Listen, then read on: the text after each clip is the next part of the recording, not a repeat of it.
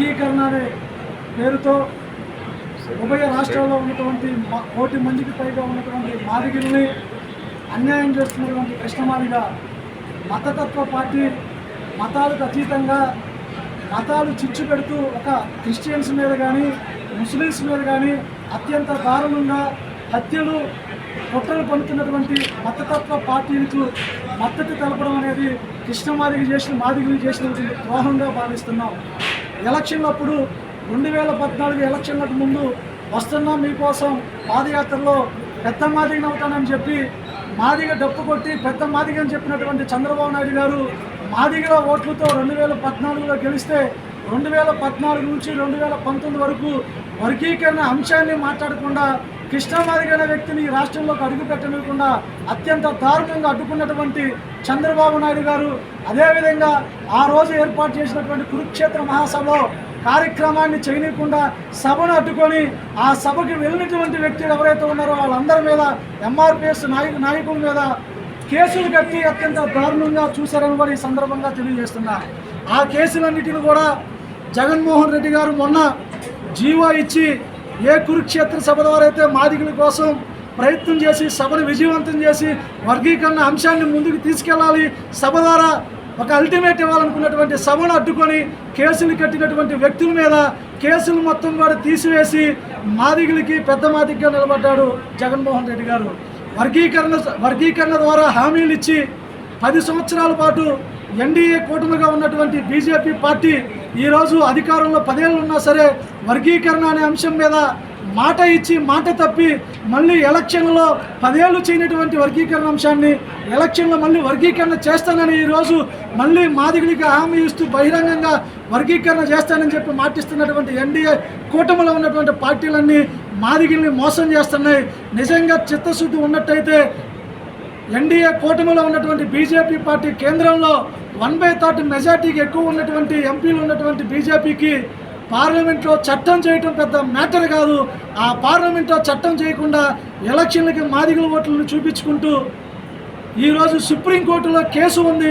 Supreme court తీర్పిస్తే వర్గీకరణ నెపంతో వెళ్తూ మళ్ళీ మాదిగల్ని వర్గీకరణ పేరుతో మోసం చేయడానికి ఎన్డీఏ కూటమితో వస్తున్నటువంటి పార్టీలకి తగిన బుద్ధి చెప్పడానికి మాదిగలు సిద్ధంగా ఉన్నాం. ఈ రాష్ట్రంలో తెలంగాణలో ఏ విధంగా అయితే పార్టీ పెట్టి నో బీఆర్ఎస్ నో కాంగ్రెస్ అని చెప్పి బీజేపీ మతతత్వ పార్టీకి మద్దతు తెలిపి ఈరోజు 3 ఎంపీ సీట్లలో కూడా మాదిగలకి అన్యాయం జరుగుతుంటే అడగలేని పరిస్థితుల్లో ఉన్నాం. ఆ పరిస్థితి ఆంధ్ర రాష్ట్రంలో రానివ్వం. జగన్మోహన్ రెడ్డి గారు ఇస్తున్నటువంటి పథకాల ద్వారా సంక్షేమ ఫలాల ద్వారా దాదాపు 27 పథకాలకు పైగా విద్యా దీవెన కాడి నుంచి మిగిలిన వసతి దీవెన కానీ విద్యార్థులు పిల్లలు బడికిపోతే వస్తున్నటువంటి 15,000 రూపాయలు కానీ 20,000 రూపాయలు పొందుతూ ఈరోజు ఎస్సీలో ఉన్నటువంటి బిడ్డలందరూ కూడా సంతోషంగా బడులకు వెళ్తూ విద్య యొక్క ప్రాముఖ్యతని ఈ రాష్ట్రంలో జగన్మోహన్ రెడ్డి గారి ప్రభుత్వం ద్వారా ఎస్సీ ఎస్టీ బీసీ పేద వర్గాల బిడ్డలకు అందబట్టి ఈరోజు చదువులో ముందున్నాం. డాక్టర్ బాబాసాహెబ్ అంబేద్కర్ అంటరాని కులాల్లో పుట్టి అక్షరం అనే ఒక ఆయుధంతో ఈ దేశ చరిత్రను మార్చిన చరిత్ర అందరికీ తెలుసు.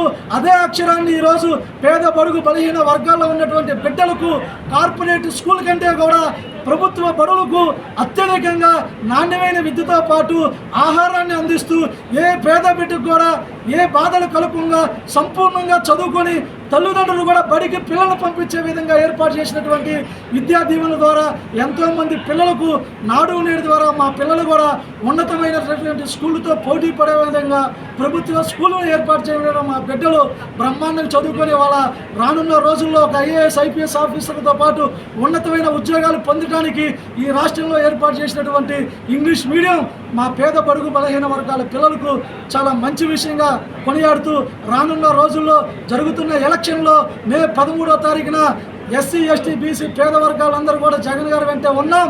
ఆయన్ని ఓటేసి గెలిపించుకొని మళ్ళీ పథకాలని కంటిన్యూ చేయించుకొని మా యొక్క గుండెల్లో వెలుగు నింపడం కోసం ఈ పథకాల ద్వారా ఈ రాష్ట్రంలో ఉన్నటువంటి జగన్మోహన్ రెడ్డి ప్రభుత్వాన్ని గెలిపించుకుంటాము. ఈ రాష్ట్రంలో ఉన్నటువంటి 175 మంది ఎమ్మెల్యేలకి ఈ పేద వర్గాలకు చెందిన ప్రతి బిడ్డ ఓటు వేసి జగన్ గారిని ముఖ్యమంత్రి చేయాలని పిలుపునిస్తాం. మీ అభివృద్ధి కోసం అంటే ఎస్సీ వర్గాల కోసమే నేను బీజేపీ కలిసినాను లేదా కలిసిలేదని చెప్పాను. బీజేపీ మతతత్వ పార్టీ ఇక్కడ మాకు మాదిగలు వర్గీకరణ అంశం మీద వర్గీకరణ చేస్తానని బహిరంగంగా మాట్లాడుతున్నారు. వీళ్ళ దగ్గర నిజంగా వర్గీకరణ చేయడానికి కానీ బీజేపీకి కానీ టీడీపీకి కానీ ఉండుంటే 2014 నుంచి 2019 దాకా చంద్రబాబు నాయుడు వర్గీకరణ గురించి చేయడానికి పూనుకునేవాడు. 2014 నుంచి 2023 దాకా బీజేపీ అధికారంలో ఉంది.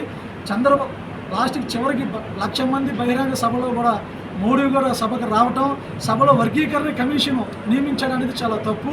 ఆల్రెడీ ఉమ్మడి రాష్ట్రంలో 3 కమిషన్లు వేసి ఉన్నాయి.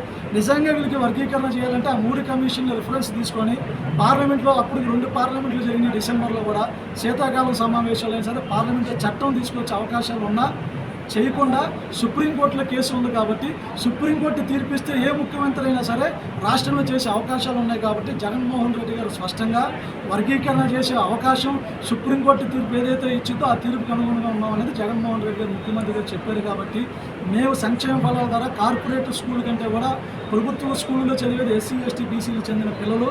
ఈ పిల్లలందరూ కూడా ఇవాళ మంచి స్కూళ్ళు మంచి ఆహారంతో ముందుకెళ్తూ ఏ పిల్లవాడికైనా సరే 75% అటెండెన్స్ లేకపోతే ఇచ్చేటువంటి పథకాన్ని నిలుపుదల చేస్తారు. కాబట్టి ఆ డబ్బుల కోసమైనా సరే మా తల్లులు ఆ బిడ్డలను పంపించే పరిస్థితి తీసుకురావడం వల్ల చదువులో ముందంజలో ఉన్నాం, అలాగే వైద్యంలో కూడా ముందంజలో రాష్ట్రంలో ఉన్నాం. కాబట్టి మాకు ఈ 2 అత్యధికంగా అవసరం.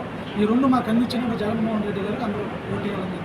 ఏపీ తరఫున వైసీపీకి ఏమైనా ప్రచారం చేసే అవకాశం ఉన్నాయా? ఇప్పుడు మేము రాష్ట్ర వ్యాప్తంగా జగన్మోహన్ రెడ్డి గారి గెలుపు కోసం జగన్ గెలిస్తే పేద వర్గాలు గెలిచినటువంటి నినాదంతో రాష్ట్రం మొత్తం కూడా వైసీపీ పార్టీకి మద్దతు తెలుపుతూ వైసీపీలో ఉన్నటువంటి ఎమ్మెల్యేలందరికీ కూడా ఓట్లేసి గెలిపించాల్సిన బాధ్యత అన్ని కులాల్లో ఉన్న పేద వర్గాలకు.